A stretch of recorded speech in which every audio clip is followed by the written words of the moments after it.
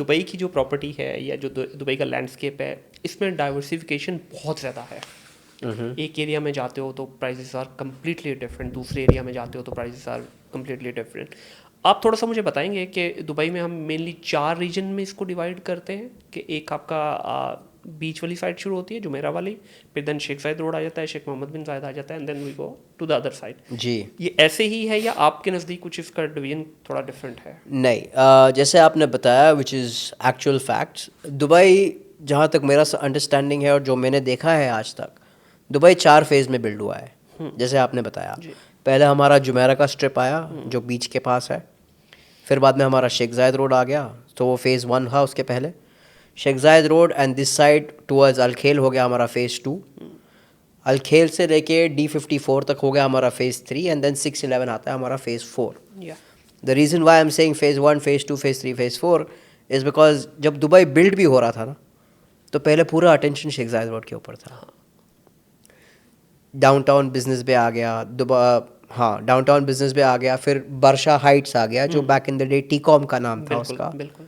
और उसके आगे फिर आया आपका Emirates Hills, Springs, Meadows, Green's.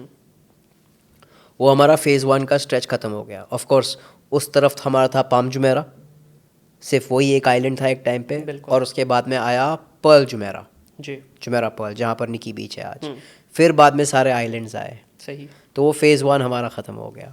फिर हम गए फेज़ 2 में जो अलखेल और शेख जायद के बीच में बैठता है। तो हमारा डिस्ट्रिक्ट 1 आ गया उस तरफ, मैदान आ गया, दुबई हिल्स एस्टेट आ गया, और उसके आगे आया आई थिंक दुबई हिल्स, फिर बर्शा आ गया, तो हम वहाँ रुक गए। फिर आया हमारा फेज़ 3 जो हमारा दुबई लैंड का स्ट्रिप है, सही। D54 के ऊपर।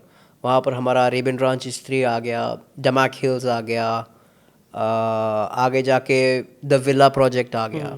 तो ये हमारा फेज़ 3 ख़त्म हो गया।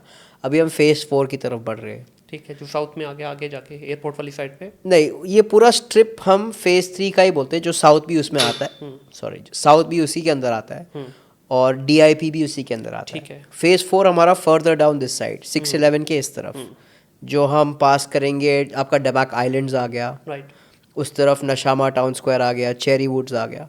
अभी हम उस स्ट्रिप के ऊपर काम कर रहे हैं।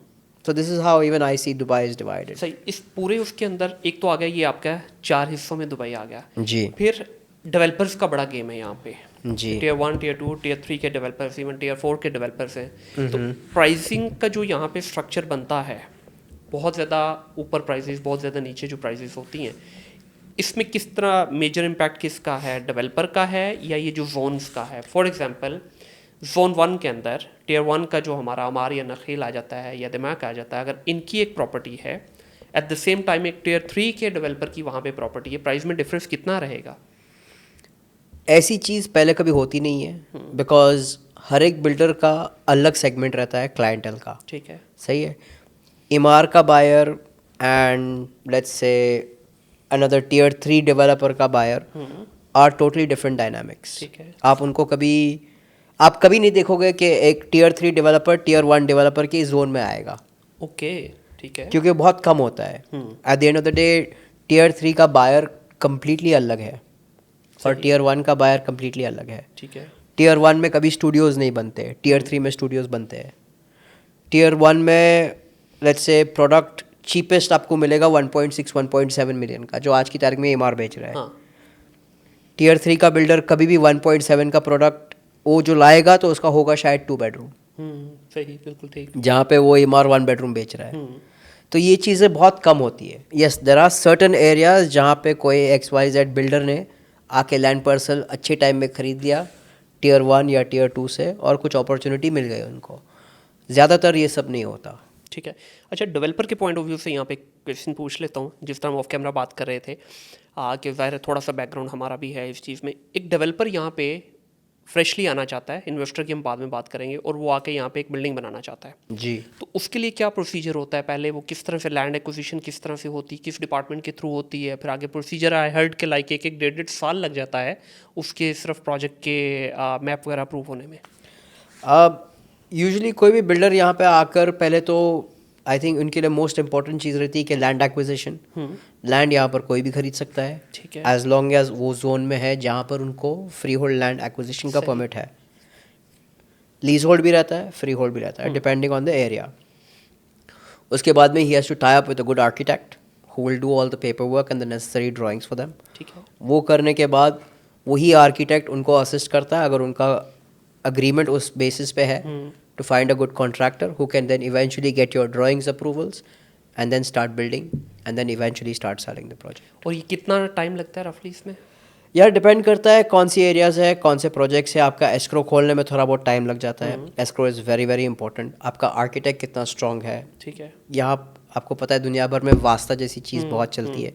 सो I think as long as you know the right people, lot of things can get done. यहाँ पे भी डू यू बिलीव कि वास्ता is a major key player?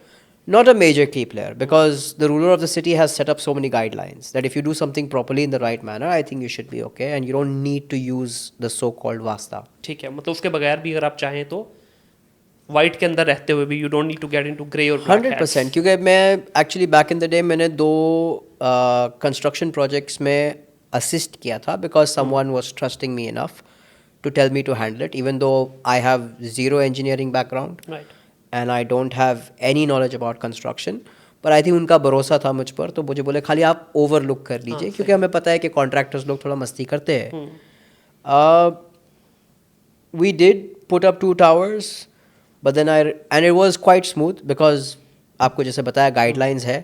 आप अच्छा आर्किटेक्ट हायर कर लो, वो आपको हेल्प करेगा अच्छे कॉन्ट्रैक्टर के साथ में, and things move very fast. ठीक है। अच्छा, अभी आपने बात की लैंड की। लैंड यहाँ पे एज पर माई नॉलेज 3 तरह की है। एक है मेन लैंड जिसमें आप ख़रीद नहीं सकते एज ए आउटसाइडर, वो सिर्फ लोकल्स के लिए है।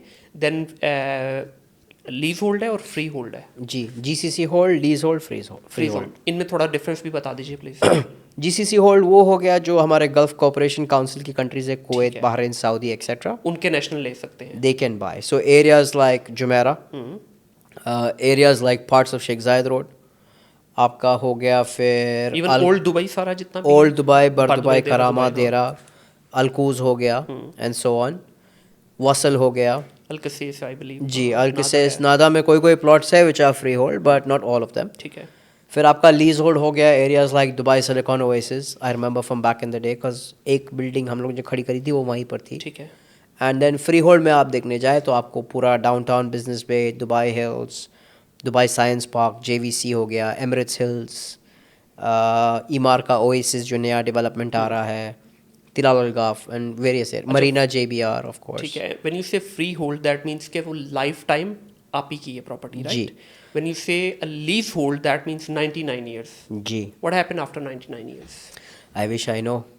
कोई लॉ तो होगा ना सर? जी, 99 इयर्स के बाद क्या होता है कॉन्सेप्ट कि आप लैंड वापस रिटर्न कर देते हो to the state, to the original owner. जो अगर स्टेट हो गया तो स्टेट को, अगर कोई इंडिविजुअल हो गया तो इंडिविजुअल को। ओके। अच्छा, लेट्स से आपका प्लॉट है, मैंने आपसे बाय किया आफ्टर 99 ईयर, मुझे आपको वापस करना है। करेक्ट। जैसे दुबई सिलिकॉन ओएसिस में it is belonging to not the state, it is belonging to the Dubai Silicon Oasis Authority. I see. Okay. तो वो वापस उनके पास चला जाएगा। तो जब कोई बायर ये परचेज करता है, कोई अपार्टमेंट लिया या कोई भी प्रॉपर्टी उसने वहाँ पे ली, तो ये उसको बताया जाता है कि under which category it falls in? Of course.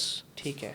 वो आई थिंक ब्रोकर की या डेवलपर की या जो भी वो ज़मीन बेच रहा है उसकी रिस्पॉन्सिबिलिटी रहती तो है। इसमें प्राइसिंग में भी डिफरेंस होगा डेफिनेटली ऑफ फिर? कोर्स। ऑल्सो जब आप लैंड डिपार्टमेंट में रजिस्टर करने जाते हैं तो वहीं पर आपको दिख जाता है सिस्टम में कि this is a lease hold land और अ फ्री होल्ड लैंड।